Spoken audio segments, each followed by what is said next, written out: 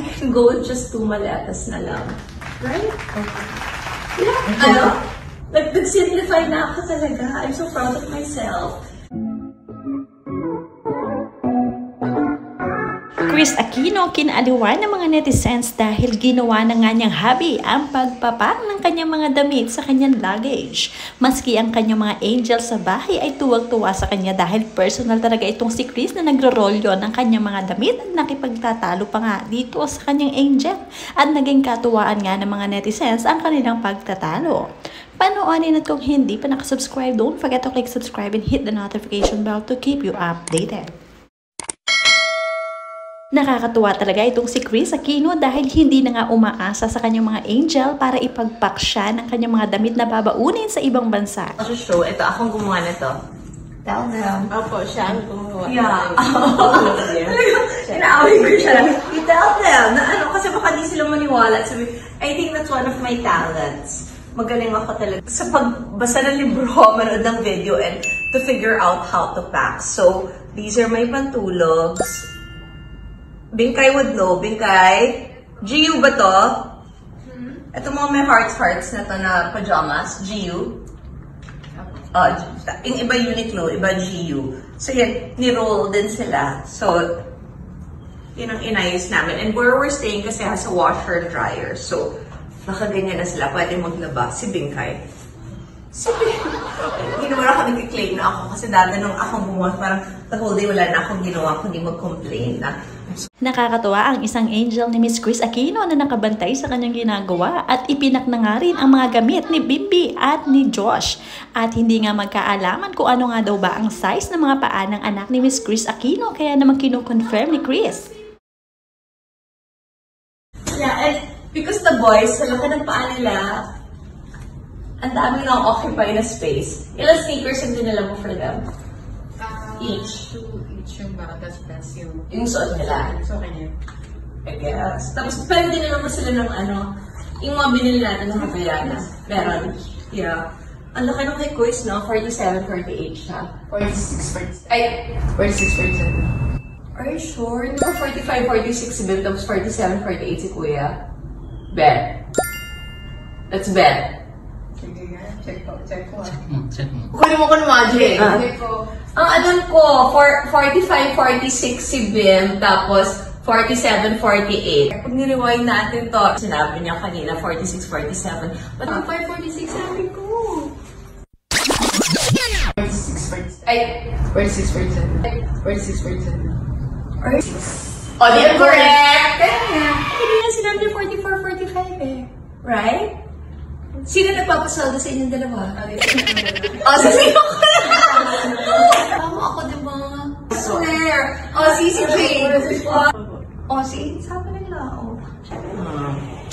Hi, Bingkay. Wala kang allowance. Later. Hindi ka makaka-shopping. Siyempre, built-in bra. Also, and this is Uniqlo. Tama? Uniqlo to, diba? Tapos nakalagay na sila lahat dyan. Yan ang lahat ng pantulog ko para madali nang i-unpack kasi naka-color code na nga sila. Alam ko na okay, pag nakikita mo dyan, okay, ito yung pantulog.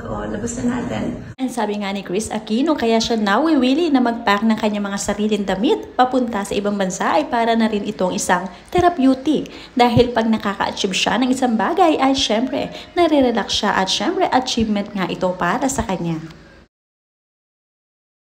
Excellent choice. They have to agree na tama ako. These are the blazers. I don't advise to roll the blazers because I am blazers.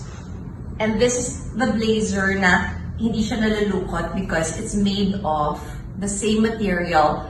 It's my favorite na yung James purse. Made of yung parang ginagamit para sa mga sweatshirt and all. Pero pag sinuot mo na, Poly something. Of course, not poly. Hindi, jersey. Ina-appeal mo ako. Ano ba yun? Oo. Ewan kasi, ano pa si Jonathan? Ewan ko rin sa kanya talaga. Na poly, ko. Tapos kasi mukhang jacket na para pagpaporma. Hanapin mo ako. Isa ka pa. Nakaabi sa akin. Okay, and then you can put more. magbawas na tayo ng Nakakatawa ang mga ganitong moment dahil nga may color coding pang inalalaman si Miss Chris Aquino para naman daw madali niya makita kung saan niya inilagay ang kanyang mga ipinak na damit. For example, nagpack siya ng mga bra at underwear.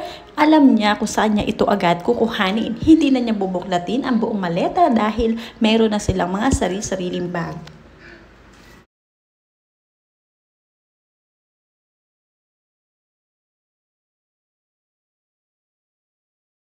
It simplifies life kasi madali na, lalabas mo na lang sila. Tapos ito, ginawa ko earlier, other bras.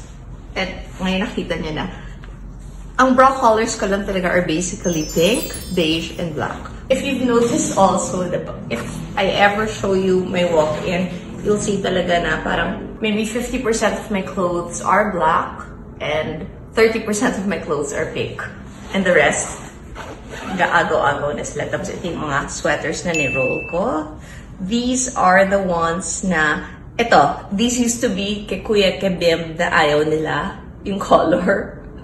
Dahil masyado pastel, kinuha ko. Kasi oversized, cute, with leggings. Wear that, this is mine na oversized also. So alam ko na ito yung mga oversized na sweaters. So this is the purpose of this. Put them all. Ganyan. But make sure na hindi overweight yung mga maleta ninyo. Tapos, i-quick nyo. Mag-shoes na lang tayo. Later. Pero tingnan natin pa. Fits. Nice. So, pinalays ko yung isang tapos sa top. Wait, parang mo na yan ilalagay. Dito po, parang malak. Tapos, yun yung sinasarili ko for it.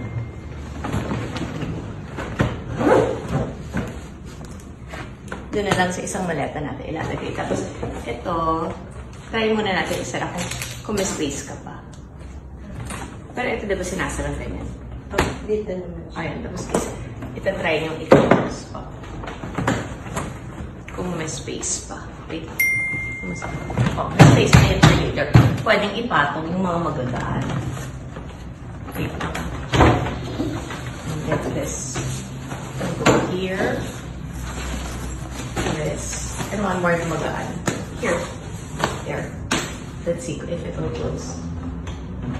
Kaya favorite ko tong trunk na to. I think it's one of the better investments sa maleta. There you go.